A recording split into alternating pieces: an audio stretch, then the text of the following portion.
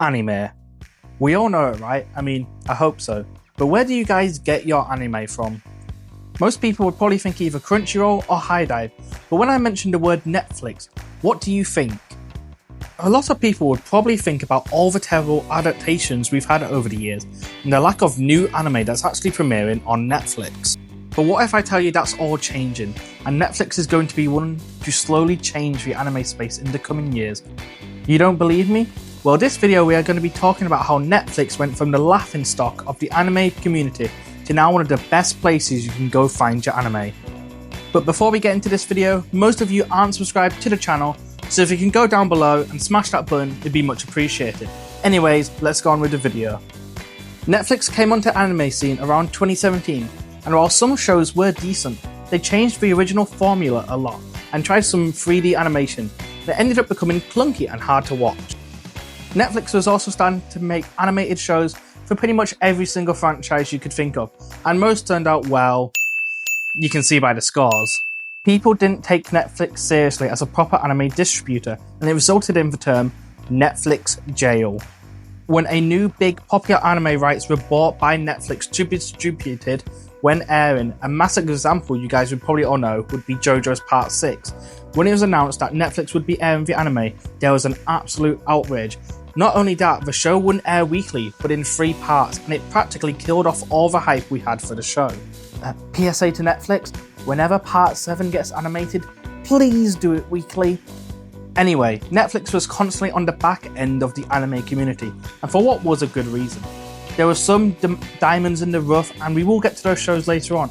However, Netflix unfortunately still did not learn and was either rushing shows to get them out, or giving us really bad adaptations of what was good stories. Yasuke, I'm looking at you. A positive I can give to Netflix was that when they were dropping a show, they would do it all at once unless they stated otherwise, so it meant you could binge shows super easily, and it was accessible for most people. Netflix, I personally want to say, was my never go-to place to get anime. When I think of anime, I wouldn't have think Netflix. But with each passing year, Netflix continues to grow its anime titles with new and old shows. Netflix has also been blessing us with announcements of seasons of shows we never thought we were going to get the next part of. Netflix is slowly on the rise, but there are some massive shows which I think is helping Netflix that I think you should also check out. The big one, which I'm sure a lot of you clicked on because the thumbnail, is Cyberpunkedgerunners. Oh boy, is this show fantastic, and it restored my faith in Netflix anime adaptations. With the anime done by Studio Trigger, you knew you were in for a treat with some of the smoothest, most fluid animation, drenched in some heart-wrenching scenes. David and Lucy are some of my favourite characters, and their dynamics on screen mixed with this absolutely crazy world was some of the most fun I've had in an anime in a long time. Studio Trigger went so incredibly hard and made one of the best video game-inspired anime adaptations of all time. And it went so hard it made me want to go play the game and learn more about the cyberpunk world. Cyberpunkedgerunners came out with an absolute bang and was nominated for Anime of the Year. That's a massive change for Netflix, especially with what we've had seen before. Another fantastic anime that I've talked about on this channel before is Violet Evergarden. This was one of the first shows Netflix put out that truly wowed the world, and it's put its name out there that we can have amazing shows.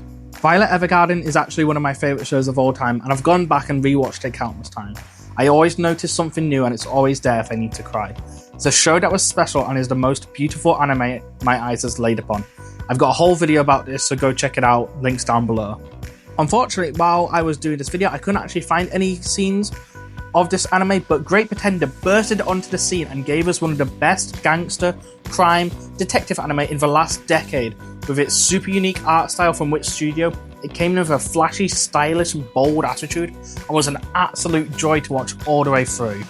Also, the opening being done by Freddie Mercury was an absolute first in anime, and it's the first anime to do it so well. The themes were on point and the show never had a dull moment. I highly suggest you all go check this one out. Dandadan, you have got to have heard this show by now because it's everywhere, and Netflix has been a massive part of that as Dandadan is licensed by both Netflix and Crunchyroll. It makes it super accessible for everyone to watch, and it gives dub people an episode each week along with sub-watchers. Along with it being a fantastic show, this accessibility that's happening with Netflix is helping a lot of anime shoot up in popularity due to how easy it is that you can just open up the app and watch it. You can see this as well with Vinland Saga, with Season 2 being streamed on 2 sites, only this time they had 2 separate English dub casts for Season 2, depending on where you watched it. Netflix has been slowly going up and up in the anime world, and I can see it becoming a major factor in the anime community soon, with it getting more major shows each season, and even the ones that go viral. Netflix is going to be the leading factor in making animes more accessible for everyone, and I cannot wait to see where it's going to go. Only Netflix, please, I beg of you to stop removing shows as well.